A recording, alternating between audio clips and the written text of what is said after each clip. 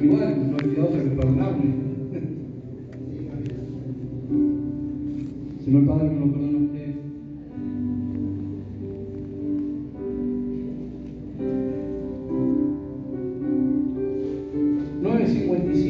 De Lucas dice: yendo ellos, uno le dijo en el camino: Señor, te seguiré a donde quiera que vayas. Y le dijo Jesús: las zorras tienen guaridas y las aves de los cielos nidos, mas el Hijo del Hombre no tiene dónde recostar la cabeza.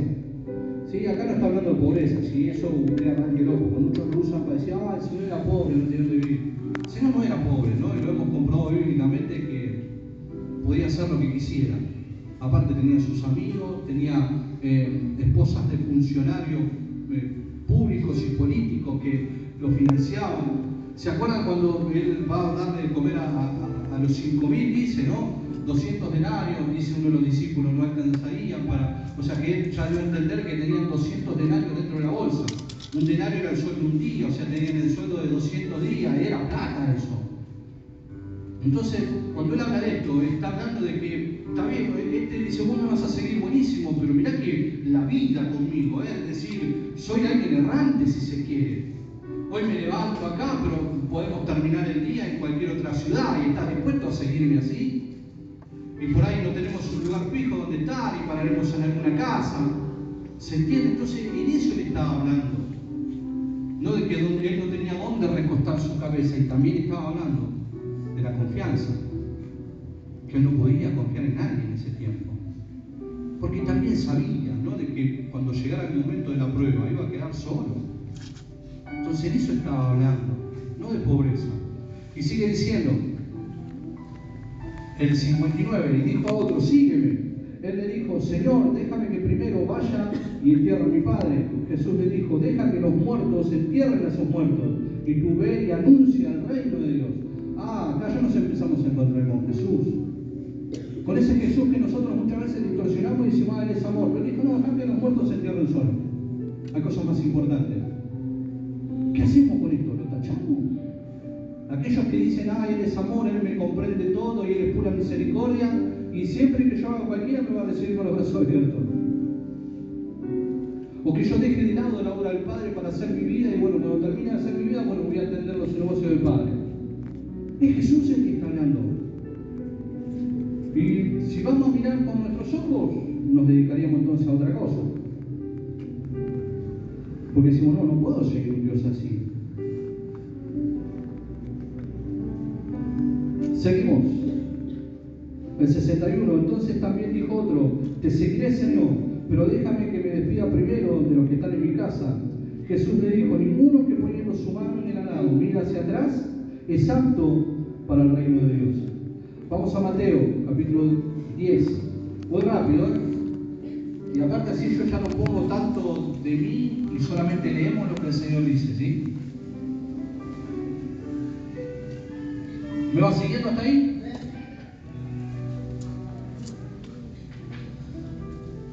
Mateo 10:34. Jesús mismo hablando, ¿eh? No sé si en su Biblia tiene las palabras de Jesús en rojo. ¿Cuándo lo tienen así? Es el Señor mismo hablando, ¿eh? 10:34 de Mateo. Dice: no penséis que he venido para traer paz a la tierra. No he venido para traer paz, sino espada. ¿Y ahora qué hacemos? No, pero Él va a traer paz, Él va a poner paz, ¿no? Muchos aconsejan: no, si venir a la iglesia te hace estar mal con tu esposo, no, no vengas. Está en paz. Pero Él está diciendo lo contrario. Ahí te das cuenta que hay otro evangelio predicado. Ahora, el evangelio del que yo vengo, las mujeres sabían que las iban a morir a palo, pero el culto venía igual.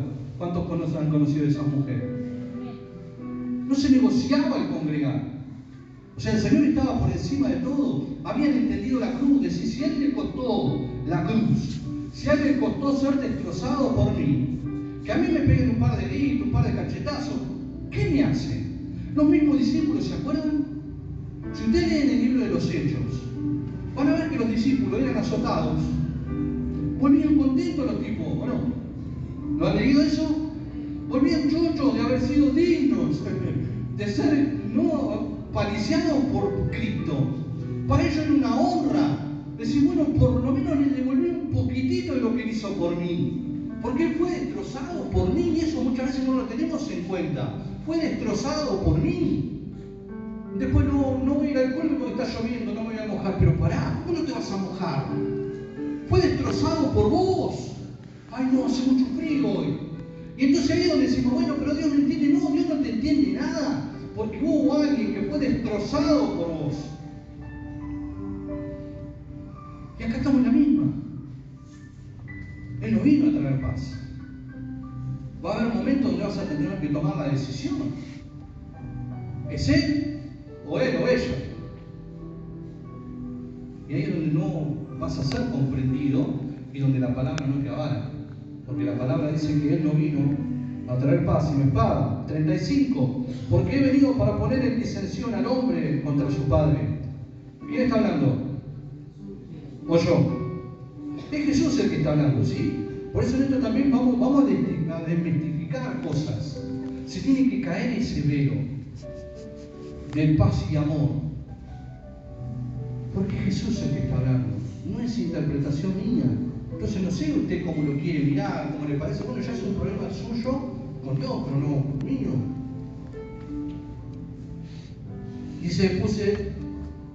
Dice, porque he venido para poner en disensión al hombre contra su padre, a la hija contra su madre, a la nuera contra su suegra. Amén. A esa la respaldamos. Y los enemigos del hombre serán los de su casa. Los enemigos del hombre serán los de su casa, si lo sabes.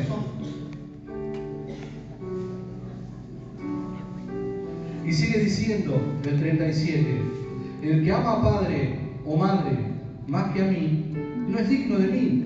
Y el que ama a hijo o hija más que a mí, no es digno de mí. ¿Quién lo dice? ¿Quién lo dice? ¿De acuerdo a estas palabras vas a ser medido?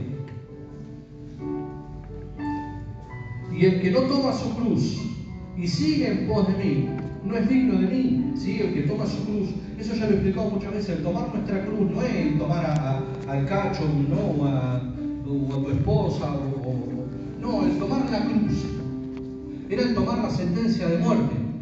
Aquel que ya le ponían la cruz sobre el hombro, ya estaba muerto en vida, ya había sido sentenciado, ya era condenado a muerte. Eso es tomar la cruz. Tomar la cruz no es tomar las cosas que te cuestan, que son difíciles, que te pesan, no. Tomar la cruz es tomar la condena de muerte ya encima. Decir, ya estoy muerto, ya tomé mi cruz, ya voy camino al rumbo de mi ejecución, pero yo no tengo derecho a nada. Los soldados te decían, anda para allá, ibas para allá, te decían, paraba, porque ya habías perdido tu vida, ya estabas condenado a muerte, ya estabas sentenciado a muerte y ya estabas llevando tu cruz para el lugar de la crucifixión.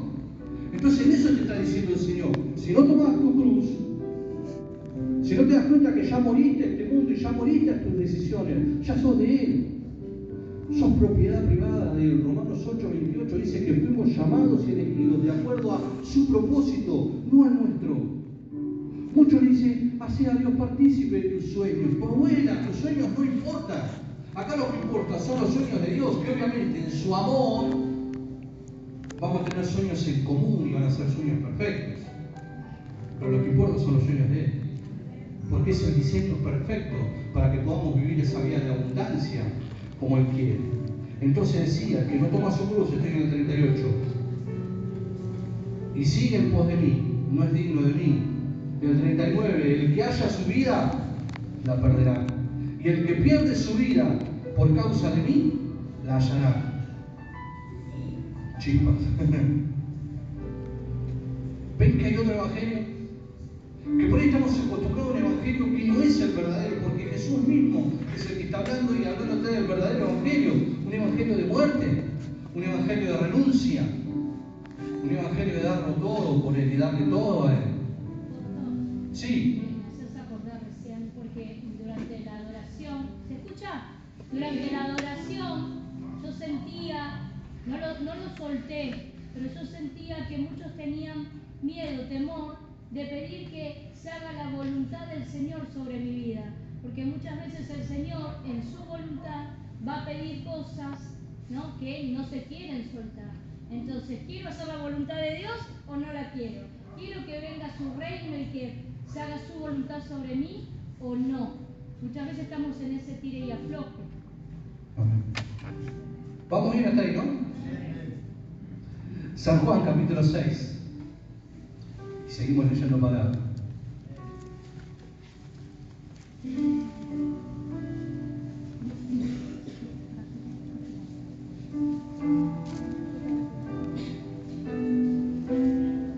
San Juan 6:60. ¿Alguien quiere salir corriendo? Está a tiempo todavía. Porque nos vamos a meter mal en el barro, ¿eh?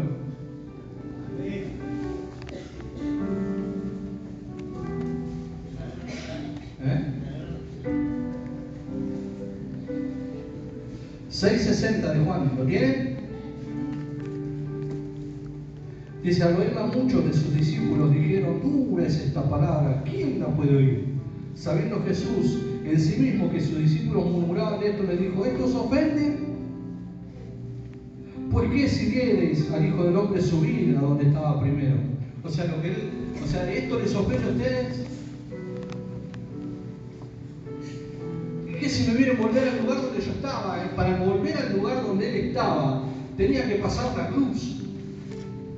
Tenía que padecer lo que padeció.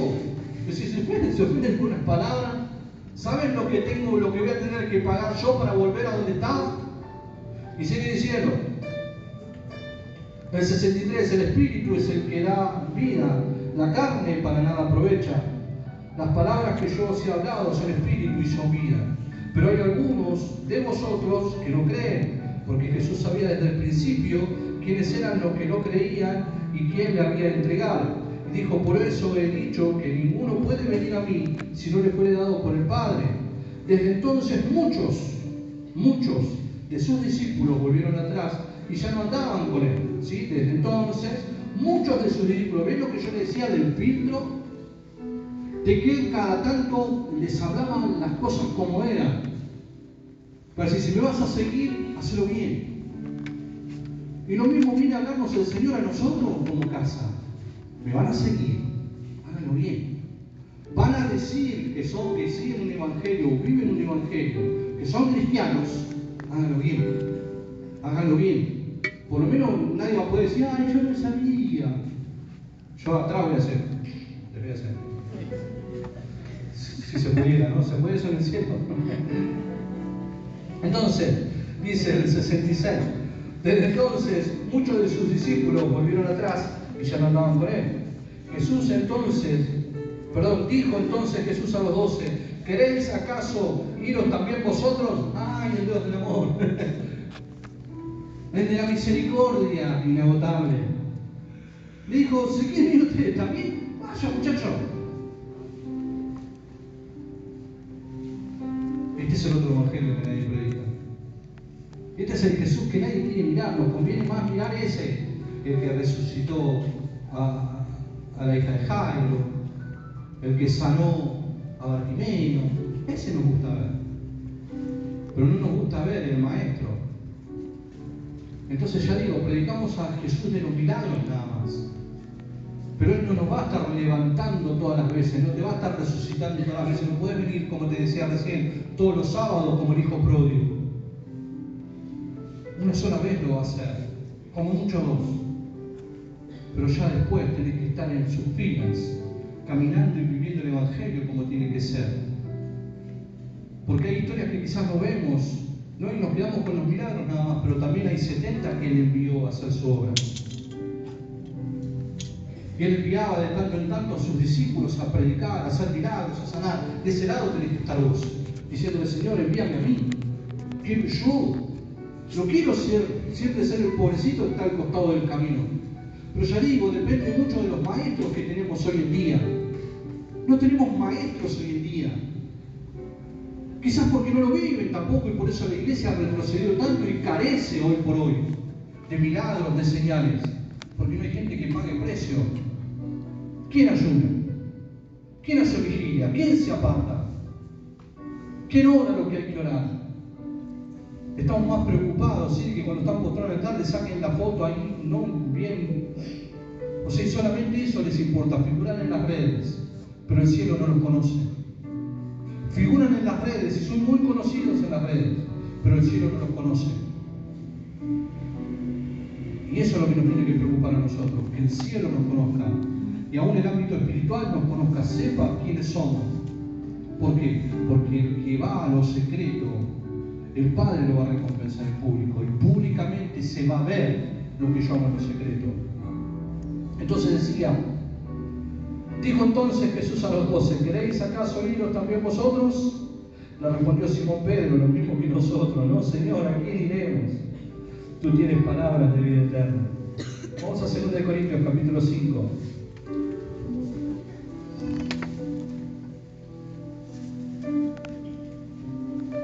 Ya estamos terminando. 2 Corintios capítulo 5.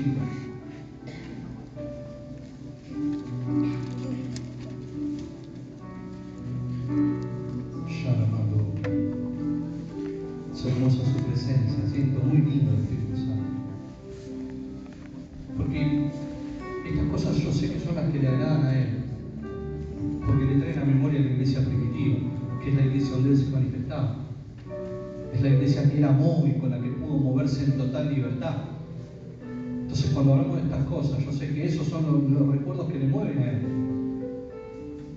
Y si esta casa comprendiera eso y empezara a vivir eso, Él encontraría un lugar donde moverse con la misma libertad que se movía en aquel tiempo. ¿Hay alguien que me está entendiendo?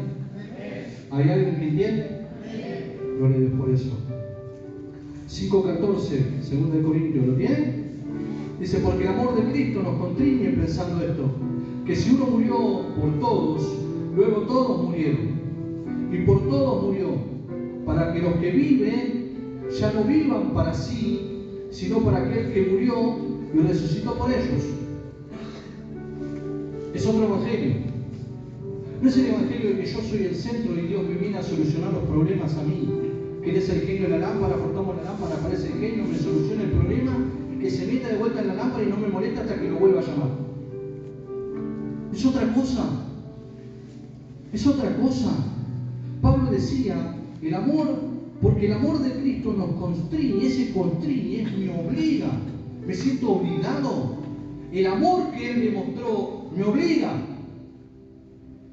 El amor que Él demostró me obliga. Y dice, pensando esto, que si uno murió por todos, luego todos murieron. Dice, y por todos murió, para que los que viven ya no vivan para sí. El que haya su vida, decía el Señor, la perderá. Y acá te está diciendo Pablo, que para los que viven ya no vivan para sí mismos. Se pagó un precio por tu rescate, pero no para que vos sigas haciendo la tuya. Pero si no entendiste la cruz, si no entendiste el amor de Cristo, más vale vas a seguir viviendo tu vida, no vas a estar dispuesto a darle nada a Dios. Pero aquellos que hemos comprendido la cruz, de saber que así como Él fue destrozado, era mi lugar, yo tenía que estar ahí. Yo tenía que estar ahí. Vos tenías que estar ahí. Primero en los latigazos, vos tenías que estar ahí. Ese era el castigo por tus pecados. Y después colgado en esa cruz, vos tenías que estar ahí. Yo tenía que estar ahí. Pero hubo alguien que levantó la mano por amor a nosotros y estuvo dispuesto a venir a pagar el precio para rescatarnos. Decirle, ¿cuánto valemos? Nada. ¿Por qué? Porque de lo vil del mundo escogió Dios. No éramos nada, pero era así, pagó por nosotros. Y obviamente esa sangre es la que ahora nos da un nuevo valor y valemos. ¿Y qué valgo? La sangre preciosa del Cordero que fue derramada por mí. Ese es el valor que hoy tenemos. Entonces, si vos entendés la cruz, decís, no me alcanza la vida para agradecerle, no me alcanza. Entonces, como te decía, los discípulos eran golpeados, eran azotados y volvían contentos, felices de que habían sido azotados por el Maestro. Hoy no nos queremos mojar, ay, cómo llueve. Si nos cargan, si nos hacen bullying, es como que no estamos dispuestos a dar por Él. Entonces pasamos desapercibidos. Pero ojo, que aquel que niegue a Jesús delante de los hombres, Él lo va a negar delante del Padre. Entonces decía, y son pasajes que tenés que marcarte, y son pasajes que siempre tenés que estar recordando en tu alma, porque el alma, nuestra alma, quiere llegar a un lugar de gobierno que no le corresponde, porque el Espíritu nuestro es el que tiene que gobernar y tiene que sujetar al alma. Por eso muchas veces no entienden por qué cantamos tanto. Pero lo que el Espíritu Santo nos enseñó es que el alma constantemente tiene que estar siendo evangelizada. Lo que hacemos es evangelizar nuestra alma, es poner el alma en orden y cantarle constantemente a nuestra alma, ¿no?, cuál es el lugar que le corresponde. ¿Por qué? Porque venimos tan bombardeados del mundo y el mundo te dice, no, seguí a tu corazón, no, haz lo que tu corazón te diga, y nada que ver, lo nuestro es totalmente a la inversa. Y venimos muchas veces posicionados en lugares donde no nos corresponde estar. Y es ahí donde el Espíritu Santo a través de la adoración nos golpea, hasta que aprendamos qué es. A veces no llegamos, a veces sí. ¿Ustedes no se dan cuenta que la primera media hora del culto la perdemos porque venimos en cualquiera? Y hasta que te desconectás y pensás, che, bueno, cerré el gas, ¿no? ¿Y qué vamos a comer después? Seguro que encima nos compramos para comer y ahora cuando volvemos está todo cerrado, ¿no? Y los 24 que están abiertos te arrancan la cabeza porque no hay otra cosa, entonces te hay que pagar lo que te cobran. Estás contando nuestra vida. Sí, estoy contando nuestra vida, estoy contando por qué yo pierdo media hora. Claro. ¿No? ¿Cuántas cosas? Y vamos luchando. No, y por ahí a veces acá llegamos y nos acordamos de Dios. Y estamos media hora pidiendo perdón. Señor, perdón porque no oré en este momento, me mandé tan dinero que no tenía que mirar, dije lo que no tenía que decir. ¿Se entiende? Entonces es un tiempo de proceso para poder alinearnos con el cielo y el Señor pueda soltar lo que quiere soltar sobre nuestras vidas. ¿Se entiende? Marcos 10. Me quedan 2 pasajes más y ya nos vamos. Marcos capítulo 10.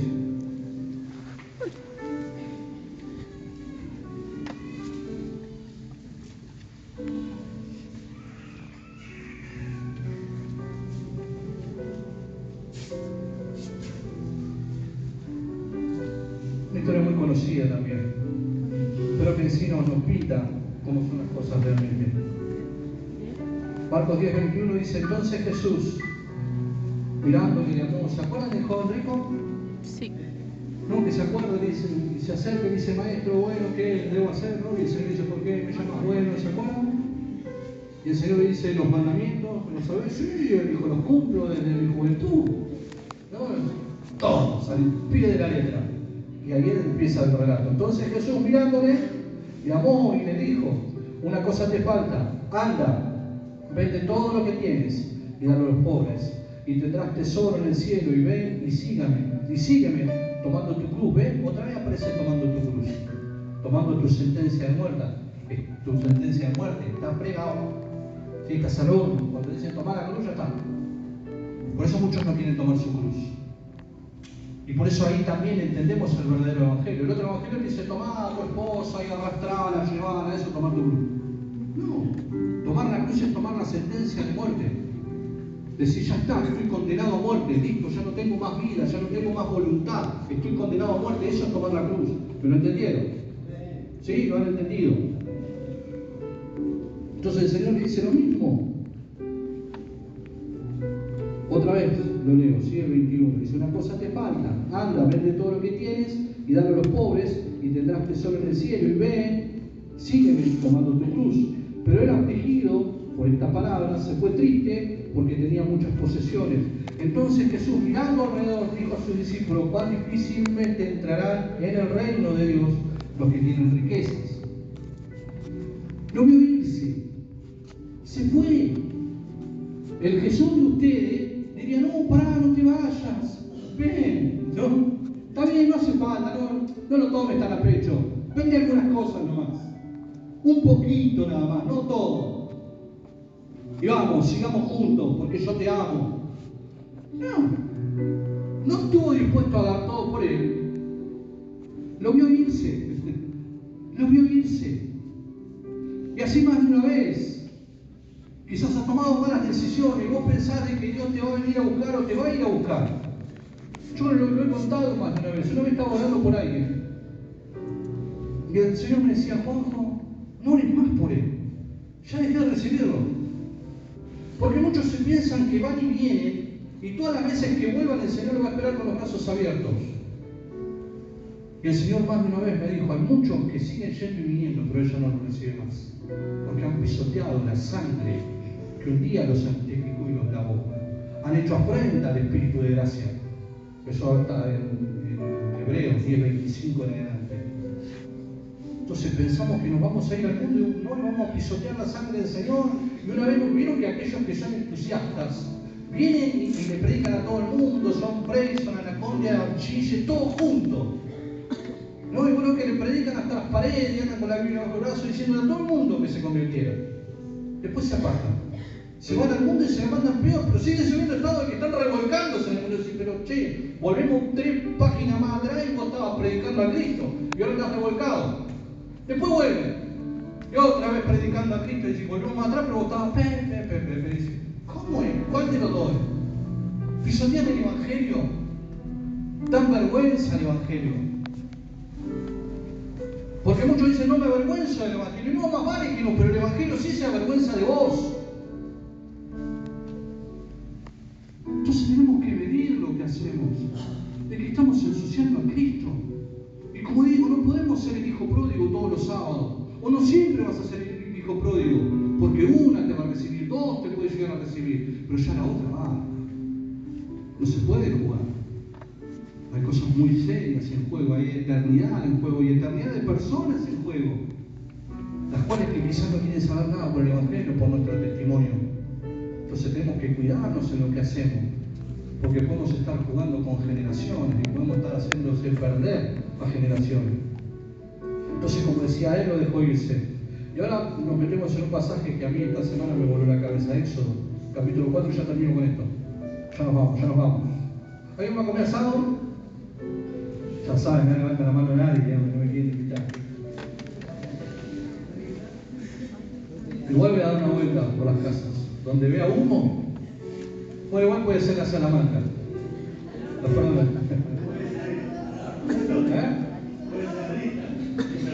Alita en la parrilla. Paso, me estoy en casa.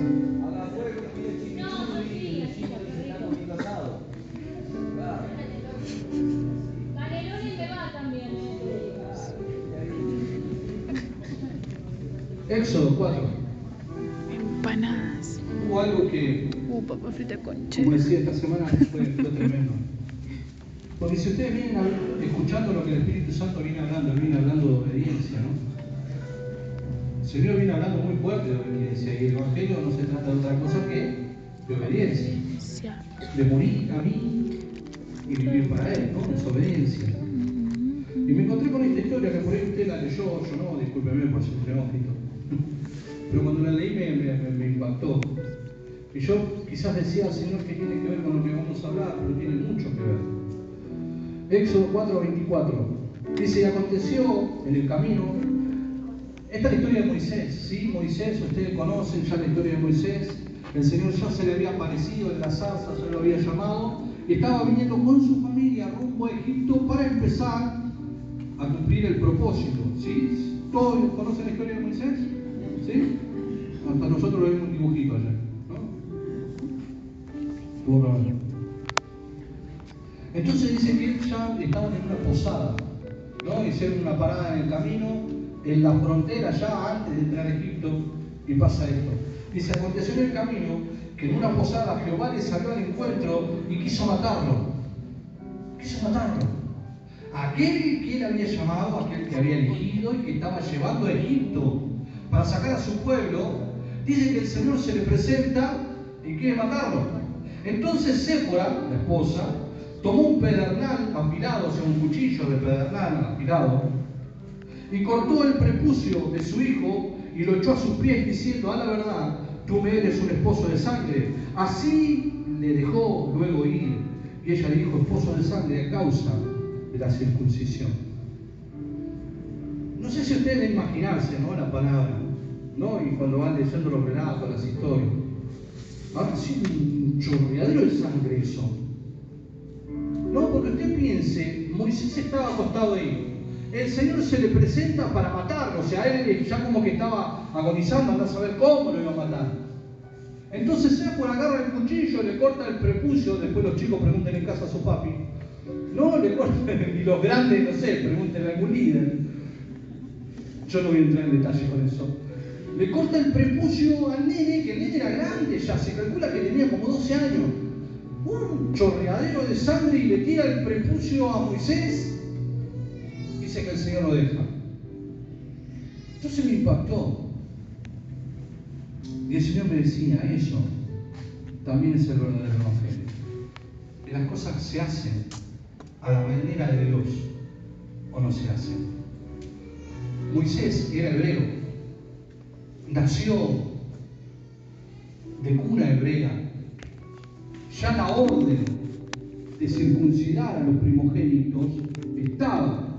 El primogénito al 8º día tenía que ser circuncidado. Moisés, no sé por qué causa lo dejó pasar, quizás por estar mezclado en otro pueblo, no le dio importancia, pero en cierta forma el Señor seguramente le decía de que tenía que hacerlo. ¿Por qué? Porque tenía que estar en justicia para ir a enfrentar a Faraón y todos los dioses egipcios. Y él se hacía el tonto, no lo hacía. Y pasaron 12 años que seguramente el Señor constantemente le decía, hay que circuncidarlo, hay que circuncidarlo, hay que circuncidarlo. Si no, explíqueme por qué Séfora, la primera reacción que tiene es circuncidar al nene. Entonces yo ponía a Juan y hablaba de cuál es tu Brenda. No, que Brenda tenés que soltar. Y lo mismo pasa con el Evangelio también. Dios nos ha llamado a una misión, nos ha llamado con un propósito.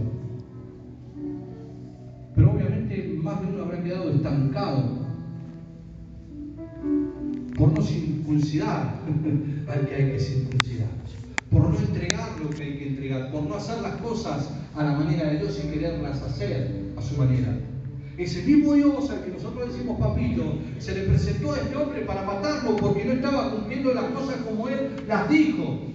Y nosotros nos jactamos de decir, Dios no cambia, o Dios cambia. Queremos agarrar más del Nuevo Testamento que del Antiguo, pero la palabra hay que tomarla toda. El cordero tenía que ser comido entero.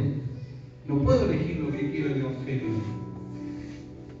Entonces el Señor nos ha hablado de que no se puede amar a padre o madre, no se puede tener nada por encima de él. Aún cosas de nuestra propia vida y proyectos que quizás nosotros tengamos, hoy por hoy nos están frenando por no cumplir el verdadero Evangelio. La circuncisión era lo que santificaba. Y hoy por hoy el Señor está pidiendo que circuncides algo, que santifiques aquello que te está frenando y hoy por hoy no te deja llegar al propósito. Gracias a Dios estamos en tiempo de gracia. Quédate tranquilo, Él no va a salir a matarte. Quizás físicamente, pero sí está matando tu propósito. Y Él no te va a esperar toda la vida. Él no te va a esperar toda la vida. Si no, pregúntenle a Saúl. Porque muchos pensaban que lo levantó, o piensan que él levantó a Saúl como rey de Israel, sabiendo que lo iba a descartar. Pero ustedes saben que no es así, porque cuando Samuel va y le dice, locamente has actuado, ¿no?, por haber hecho lo que no tenía que hacer, le dice, Jehová hubiese perpetuado tu reino para siempre. Él hubiese sido el rey escogido, pero falló. Y tuvo que correrlo a un costado y dio su segunda vida. Entonces no te pienses, porque ese es lo que hace el Evangelio también, mentiroso, de que Dios va a retardar su obra esperándote a vos. Hay almas que se están perdiendo, generaciones que se están perdiendo, mientras nosotros estamos decidiendo a ver qué hacemos con nuestra vida, a ver si estamos dispuestos a seguir o no, si estamos dispuestos a resignar algo, a sacrificar algo o no. Vamos a ponerlo de pie. Gloria a Dios.